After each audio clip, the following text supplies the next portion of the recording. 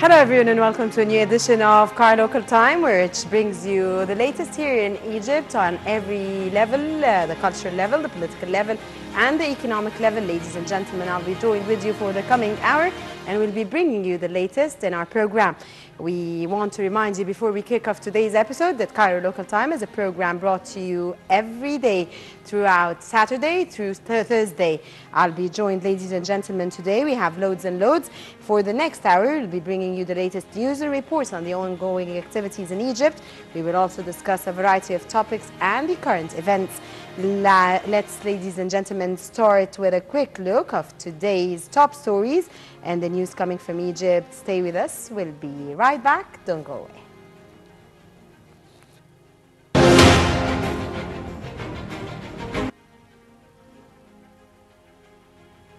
Ladies and gentlemen, we kick off today's episode with the Prime Minister Sharif Ismail, who inaugurated on Thursday a very important, which is the 48th Cairo International Book Fair. The inauguration was attended by Culture Minister Helmi Namnam and his Moroccan counterparts, as well as a number of top high-ranking cultural officials and figures. As many as 35 countries are participating in the fair, titled Youth and Future Culture, in which 850 publishing houses will take part. Morocco was chosen the guest of honor this round, while the great Egyptian poet Salah Abdel Sabur was named as the person of the fair. And the details in the following report. Stay tuned, ladies and gentlemen, and don't go away. Prime Minister Sharif Ismail and Minister of Culture Helmi Namnam opened on Thursday the 48th Cairo International Book Fair, and a number of ministers attended the opening, as well as Moroccan Minister of Culture Mohammed Al Amin Al Subihi, whose country is this year's guest of honor. The book fair continues till the 10th of February. Poet Salah Abdel Sabur was chosen as the Person of the Year. The book fair hosts 670 publishers from 35 countries, and they are participating in this year's edition. Two stands of 220 square meters will be set up during this event, one for exhibition and another for publishers. The documentary will also be screened to highlight the diversity and richness of the Moroccan literary production. Many Arab intellectuals and poets will participate in this year's cultural program, with the list including renowned Syrian poet Adonis, Bahraini poet Qasim Haddad, Tunisian philosophy professor Fathi Al-Triki, Egyptian director Wahid Hamid, Chinese novelist Chua Tzi-Chen, and Egyptian intellectual Murad Wahba. China will have a bigger booth this year on 180 square meters and has expanded its participation in the fair to an unprecedented extent. China has been showing a growing interest in Egyptian cultural life, and the first Chinese literary magazine in Arabic was released in October 2016 for a very low price. This year, 25 Chinese writers, poets, and artists will participate in the fair. The head of the General Egyptian Book Organization, the official organizer of the fair, Haytham Al-Hajj Ali, vowed to crack down on publishers who violate copyrights and publish unauthorized books. 35 countries from the Arab world, Africa, Europe, Asia, and Latin America will take part in this 48th edition of the book fair. The Cairo International Book Fair, which was founded in 1969, is the oldest and most extensive book fair in the Arab world.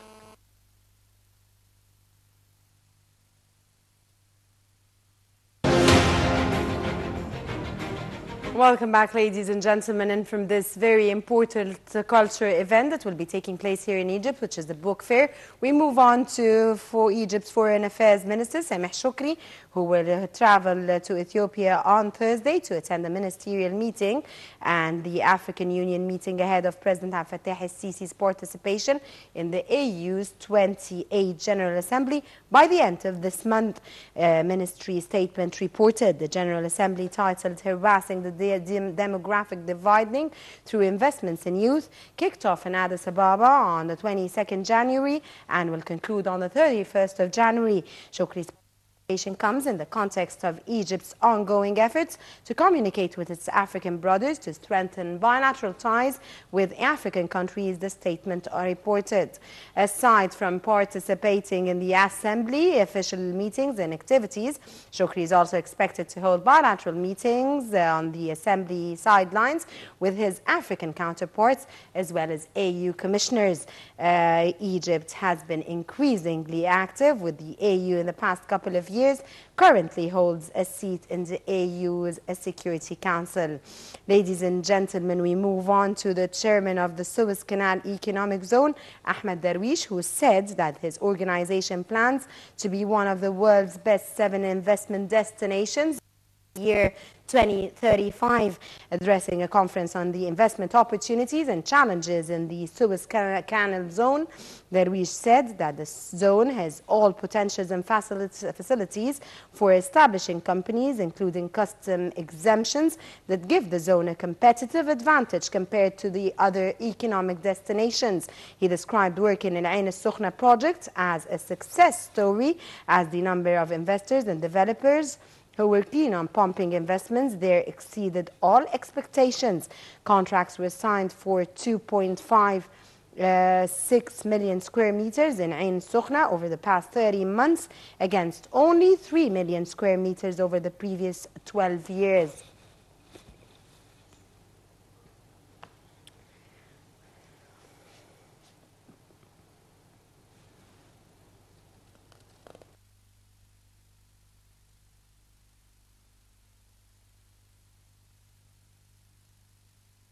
In this context, and still discussing the very important investment, and the chairman of the Canal Zone, Ahmed Darwish, who is organizing plans to be one of the best 7 investment destinations by 2035. And in this context, we have with us on the phone Dr. Amr Hamid, Professor of Economics. Dr. Amr, a very good afternoon, sir, and it's a pleasure to have you with us on Nile TV in our program, Cairo Local Time. A very good afternoon.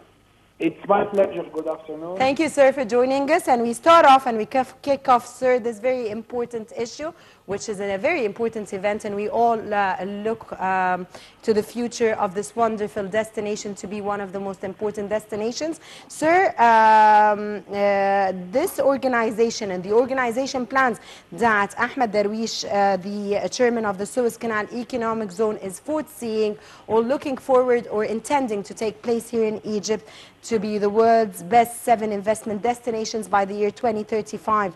How do you read this statement, and how can this be achieved? And are you optimistic, sir, about the achievement of such an idea? Well, there is no problem that the Suez Canal project as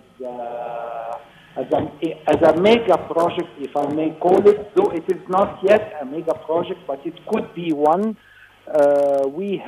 Egypt has all the basis for a very successful mega project. However, it's very important to realize that for such a project to be successful, it is very important that we strengthen and solidify the base for the success of a project as such. And when I say the base, I'm speaking about 2 very important. First of all, the atmosphere of investment, which we have to admit is not yet 100% ready in Egypt, and the jurisdiction part, which I mean the laws, the very strong laws and regulations that need to be applied in Egypt, and not only applied but also making sure that they are executed. Dr. Amr Hamid, from your own point of view, what are the facilities offered to the investors, and what kind of investor is interested in the Suez Canal Economic Zone as we talk? Again, the importance is not what the investors want. The importance is what Egypt wants. And it is very important for us at this stage to emphasize investment projects that are more or less based on boosting industrial projects and projects related to agriculture in general, because the what the Egyptian economy needs at the moment is productivity. What can we offer investors, sir? Can you repeat that, please? What can we offer investors to be optimistic when they come to invest in the Suez Canal economic zone? First of all, as I said, we have to first establish the jurisdictions, the laws and regulations that will attract the domestic investors first. And if the domestic investors are attracted, they will succeed in attracting the foreign investors. So this is very... Dr. Amr Hamid, Darwish described the work in Ain al-Sukhna project as a success story, as the number of investors and developers exceeded the number that was expected. From your own perspective, what is your take on this statement, sir? Dr. Amr Hamid? Yes, I'm sorry. Did you hear my question, or do you need me to repeat it again? Yes, please, if you can repeat it, please. Darwish described the work at Ain al-Sukhna projects as a success story, as the number of investors and developers who were keen on pumping investments there exceeded the expectations. What is your take, sir, on this statement? It's more of a political statement than an economic statement. And being an economist, I'm speaking about myself, I have to be more conservative than politicians, because if we speak from an economic standpoint, yes, we have to admit that the project as a mega project is promising. But up till now, we have to analyze the facts on Earth. So again, up till now, I think that there is still a lot of room for success for this project. But again, the atmosphere is not 100% ready yet. We need to improve the investment atmosphere, and we need to make sure that we have the right laws and regulations to make this project a success. In fact, the whole region, if you want, the Suez Canal region, and if you go south, that would include Ain al-Sukhna as well. We can have another Dubai in this region, in the Suez Canal region, if we want. But before succeeding in having another Dubai in this area, we have to make sure that we have the same atmosphere prevailing in Dubai and the same laws and regulations attracting domestic and foreign investors. Dr. Amr Hamid, Professor of Economics, we thank you very much for giving us an in-depth light about the economic zone at the Suez Canal that's taking place, and that there were comments that said that by 2035, we are very optimistic that it will be very highly economic and will bring lots of revenue to Egypt. Ladies and gentlemen, a short break and we'll be back again.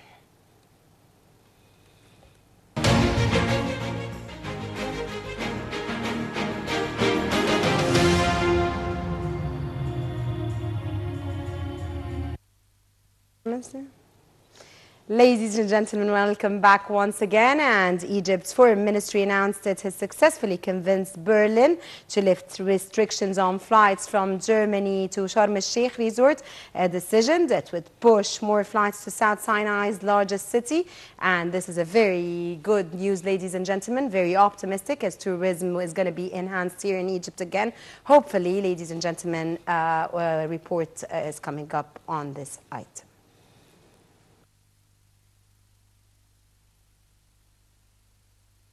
Removed the last restriction on the flow of tourist flights to and from Sharm el-Sheikh and South Sinai areas.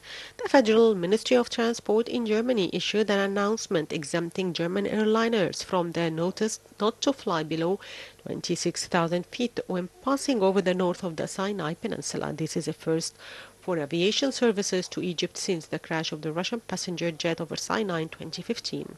A statement for the Egyptian Foreign Ministry said the move would allow German airliners to fly directly to Sharm el-Sheikh airport without paying extra insurance fees. The Foreign Ministry said that this latest positive German decision came as a result of intense efforts by Foreign Minister Sameh Shoukry personally and by the Egyptian Embassy in Berlin to strengthen the flow of tourists to Egypt.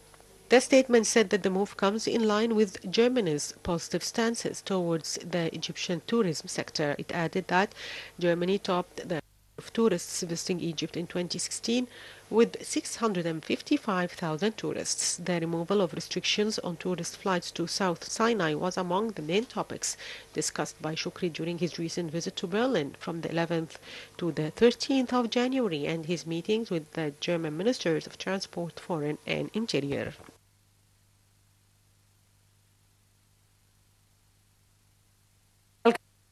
Gentlemen, and on a more lighter note and an exciting sports news where we congratulate Egypt, ladies and gentlemen, for moving on. Mohamed Salah blasted off home a free kick to Egypt, a 1-0 win over Ghana yesterday, and top place in Africa Cup of Nations Group D as the first round of matches ended yesterday, Wednesday. Salah's rasping 10-minute strike sent Egypt to the head of the standings with 7 points, and Ghana, who won their first 2 games, finished second on 6.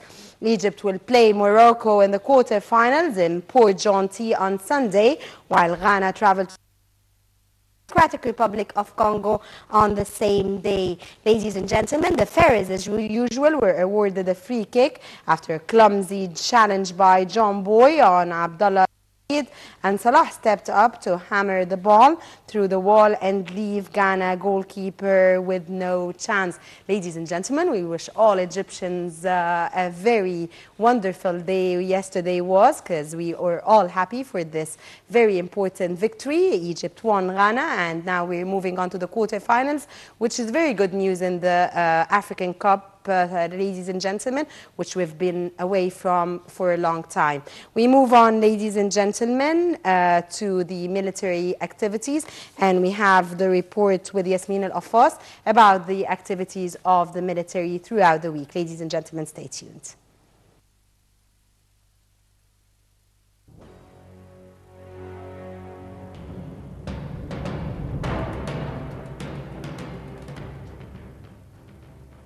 Chief of Staff of the Armed Forces Mahmoud Hagazi met with members of the teaching staff of the Faculty of Military Technical Engineering. The meeting came within the framework of the strategy of development and modernization carried out by the Armed Forces for the educational process of the military colleges and institutes. The Chief General stressed that the Armed Forces is opened up to all fields of science and knowledge to support their capacity and perform all tasks assigned to them in securing and protecting the nation.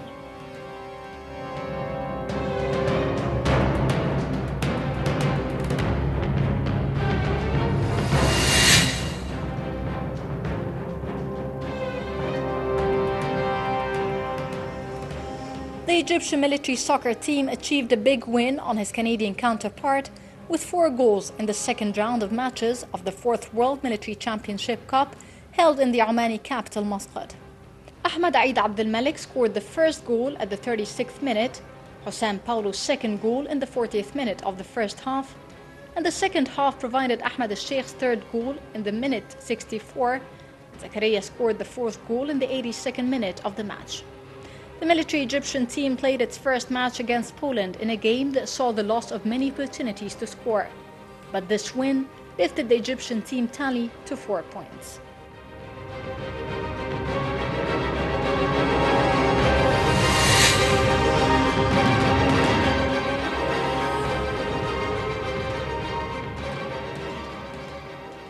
As a continuation to the efforts of the border guards in guiding strikes blow for criminal elements, smugglers and traffickers aiming at harming Egyptian national security at all strategic directions, border guards managed to adjust the discovery and destruction of the following. In the 2nd Army field scale, the discovery and destruction of a number 3, a new tunnel on the border in northern Sinai. In the 3rd Field Army Band, the armed forces confiscated 2 semi-truck on smuggled goods area Ahmed Hamdi Tunnel.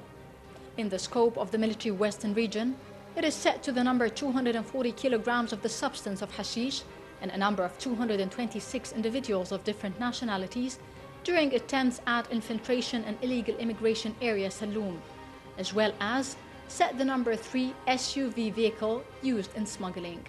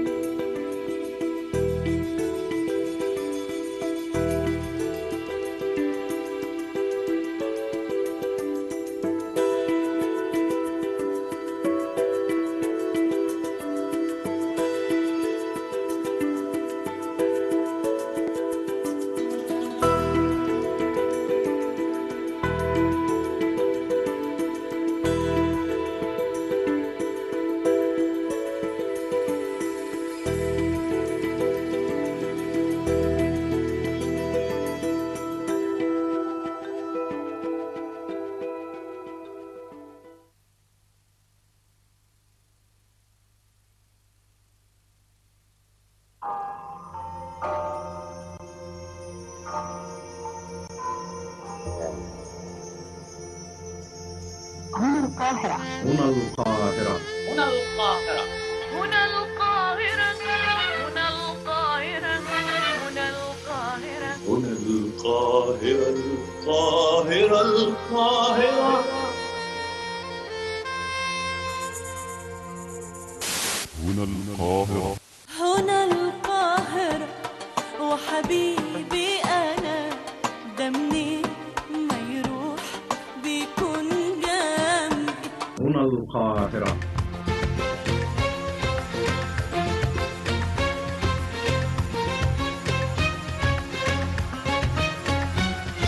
هنا القاهرة. عيني على أهل كايرو لبطبنها من يسايروا الكل عامل مثالي ونسلم في بعض عاير. هنا القاهرة الساحرة الآسرة الهادرة الساهرة السافرة السافرة. لك حبيبي حبك وتحب تهديه بهدية هاتوا مصر الحليوة يقول لك دي صحيح هي أم الدنيا. هنا القاهرة. القاهرة وميلنا وكلنا وأغانينا ومواويلنا وحكاوينا يا جمالنا. القاهرة تجيلنا تحن لنا. Take me back to Cairo, beside the river Nile.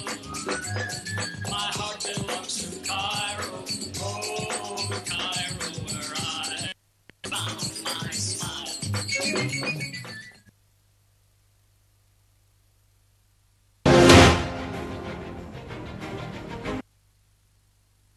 Welcome back, ladies and gentlemen. We are still together and you're watching Cairo Local Time on Nile TV International.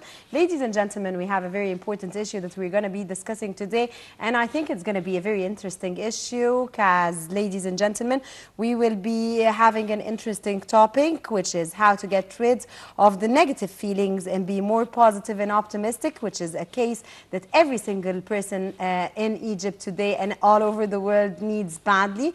And in this context, and despite all the challenges that we face in our lives and to shed more light on this issue, ladies and gentlemen, we are joined here in the studio by Dr. Hisham Sha'arawi, which is a human development expert, and he's going to be telling us more. And I'm very optimistic that I'm going to be out of this episode with more optimism and be another person today.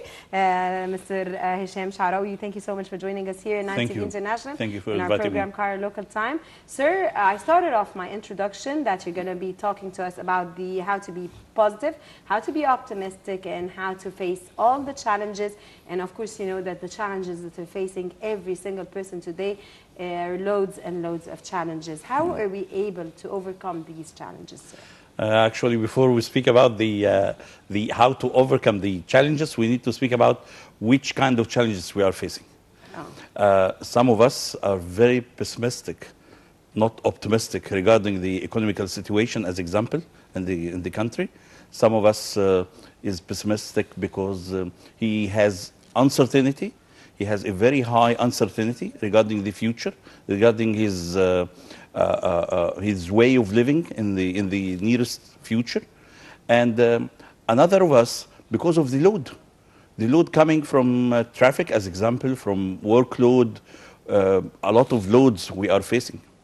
So when we are speaking about these points as problems, we get in the wrong place. We got on the wrong side of the issue. All the scientists describe the problem that this term of problem had been not used anymore. This one. Which term, sir? The term of problem. They change it into another four terms. The first one of them is issue, because issue, it means something, if I will think about it, maybe I can solve. And the other term, it's subject, and it's a little bit different than issue, because subject means if we can share the ideas, share our thoughts together, maybe we can find a solution. But exactly, you mentioned the right term, which is challenges. It is challenges which we are facing every day. Actually, a lot of challenges we can avoid. How can we avoid the challenges facing us on a daily basis, sir? Just I will ask you a question and you will answer me. Do you sleep just holding your mobile just beside you? Yes, before I sleep, I switch my mobile off and then I put it in the charger and I go and sleep.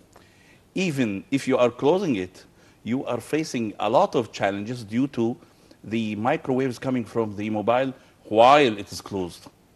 And this is affecting our way of thinking, affecting our activities, and our subconscious is still working during our sleep, so he is gaining this negativity through the microwave of mobiles. This is one of the simplest things we can avoid. We can put the mobile away in another room, sir, exactly. and move into a bedroom and sleep. Exactly. Second, as example, how much time you didn't use a certain assumption when you are dealing with people? How many times? I didn't use a certain assumptions. Yes. We use assumptions all the time. We never stop. All the time we are using assumptions. Assumptions, it is the machine which is giving stresses and give us a lot of challenges, similar to the challenges you are mentioning to me before. This assumption, we need to stop assumption, stop assuming. Assuming, it's a very bad machine producing stresses. Okay, Mr. Hisham, you told me that I should stop assuming, but you How? didn't tell me how to stop assuming. Yeah. How should I stop this assumption, which is in life and you have to face it on daily basis? Let me first complete how can I face the challenges. Okay, sir. First, I said some of the challenges I can avoid, some of them I can alter. The assumption, it's one of the stresses which I may alter. I may think in a different way to ask myself, what if? Very simple question. What if? What if he doesn't mean to say that word to me? What if he doesn't mean to be smiling in that way? What if? Very simple question. Ask yourself once before you assume, what if? What if I'm understanding it wrong? What if he is in a bad situation, that's why he behaves in that way? Sir, sorry to interrupt you, but in light of the certain circumstances which we all live in, it's very difficult to think of a person and what he's saying in a goodwill way, because it's no more. There's no more goodwill, or when it exists, it's very rare. So what you're asking is too much for a person to do nowadays. So please give me a concrete and an answer to, and don't tell me you're asking me not to judge. You're asking me to ignore. If I listen to something that I don't like, ignore, not judge, but assume something else that he's not saying. Think in a goodwill way. It's not an issue of ignorance, but it is an issue of skill. It is a skill. All of us need to train ourselves for this skill.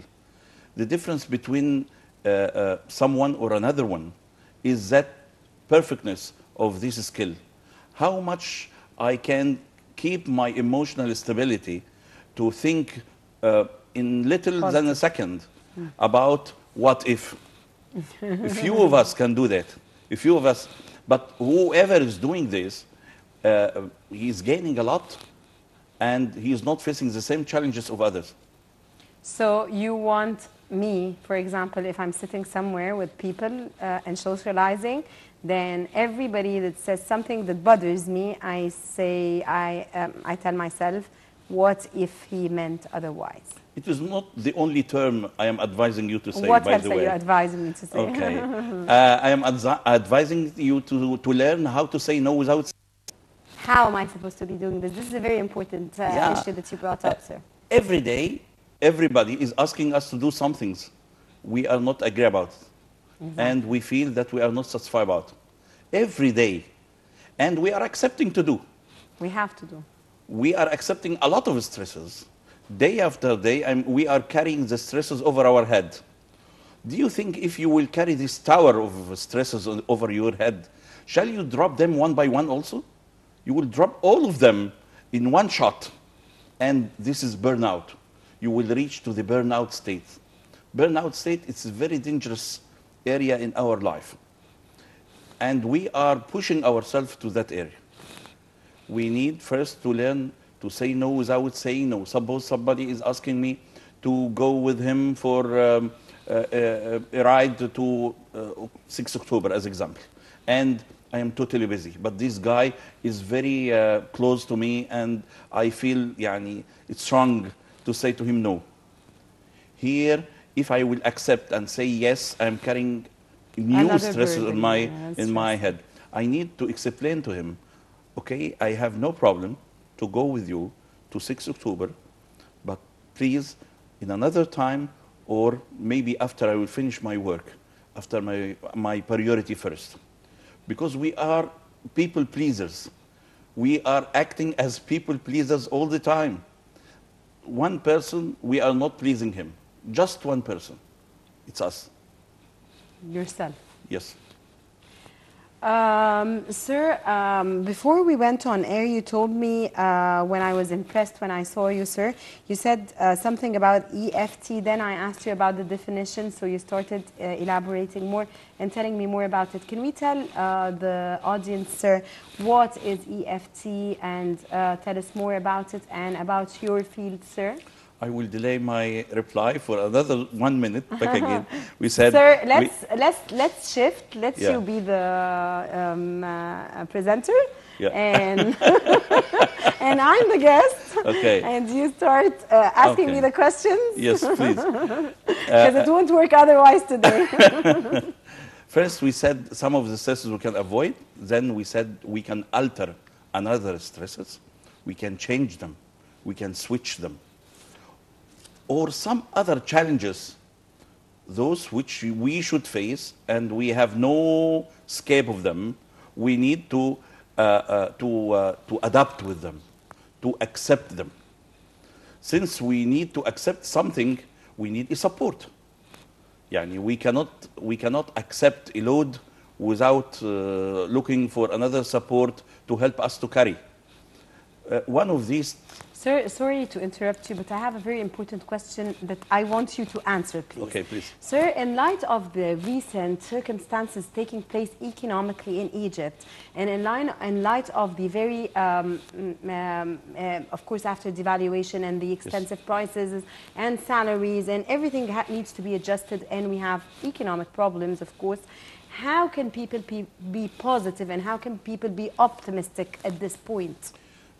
As I said in the beginning, they need to think about the problem itself. This problem It's we a were big going. problem. I Yeah. want you please to give them a concrete answer because I need to seize this opportunity that you're here today.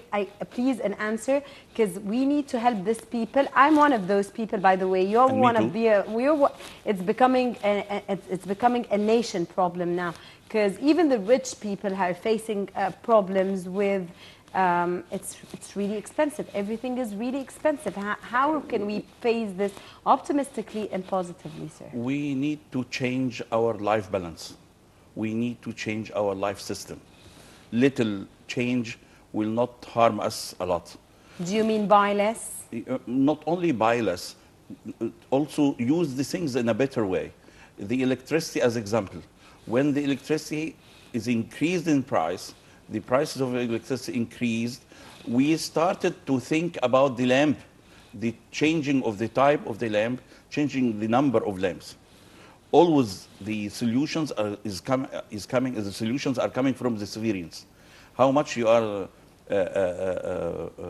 facing of problems, it is exactly the same amount of doing some solutions. Sir, fruits, for example, fruits are becoming extremely expensive for a normal average person to eat. I cannot imagine why we are not doing like the Europeans, buying by one. Still, we need to buy 5 kilograms. We need to buy a huge bag of fruits with us when we are going home. Why couldn't we think about buying the things which we need to eat now? Not which we shall eat during the next week. And half of this quantity is lost due to damage or misuse. This is an example. Regarding the water, we are facing the same problem regarding water, using of water. Using of water, nowadays, it's becoming less and less and less due to the scarcity of the sources of water in the future, which we are expecting. I think people should change their mode of life. Again, to your point, sir, we were discussing EFT, and we need you to tell us more about EFT because it's very important to seize the opportunity that we have. There's a lot of techniques are helping people to be able to carry more of the stresses and the challenges, as you said, exactly, when they are living. One of these is EFT, which is emotional freedom technique. The emotional freedom technique became one of the very famous and very effective techniques in facing the stresses.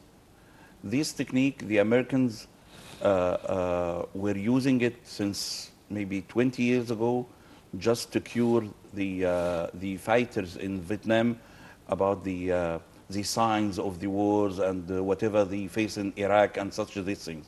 The EFT, it's a tapping technique. It's depending on 7 areas in our bodies. 7 areas in our bodies. One of them, it's on the top of the head. Second one, at the top of our eye, side of our eye, over our cheek, between the nose and mouth, and under the mouth, then in the chest. Sir, do you do it manually? Yes. You can do it. You can do it very simply, and there's a lot of videos regarding EFT. If you will Google it in the internet, you will find a lot of videos for the EFT technique. The EFT technique, it's one of the successful techniques in that way. Breathing technique, it's another technique, more simpler one, for those who is not able to go to the internet and to the Google to check where is this EFT. Breathing technique, It's a very simple technique. You can do it even you are driving. So breathing in a good way will help, sir, make you feel better, more optimistic, and Breathing in a right way. In a right way, and capable of facing the challenges, sir.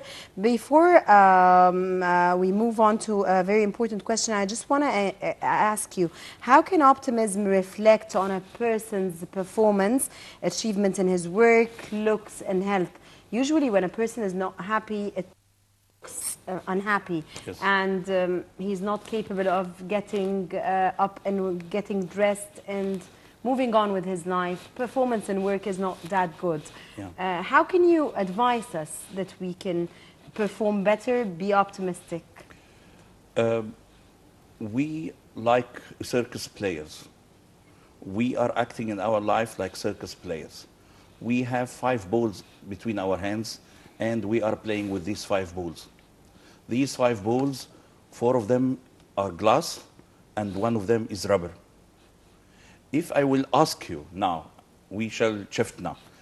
If I will ask you, those balls are your happiness, your health, your family, your relationships, and your workloads. Which one of them you will use to be rubber? Means which one of them you will not feel very sorry if some stresses comes from? Relationships. Relationships. Yes. Can you sacrifice the relationships in a rubber way? You said which will you sacrifice? I won't sacrifice my work. I won't sacrifice my family. I won't sacrifice. I don't want to sacrifice the work, but I need to sacrifice the stresses of work. I need you to say to yourself, I can do better tomorrow in work. I can do in a proper way tomorrow in work. Anything I did it badly yesterday, I can do it better tomorrow. But can you tell the same regarding the other 4?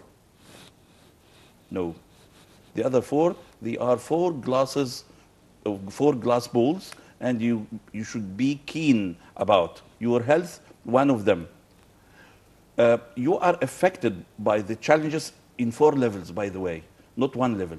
Physical way, you feel your concentration, you feel your appetite to eat or increase eating.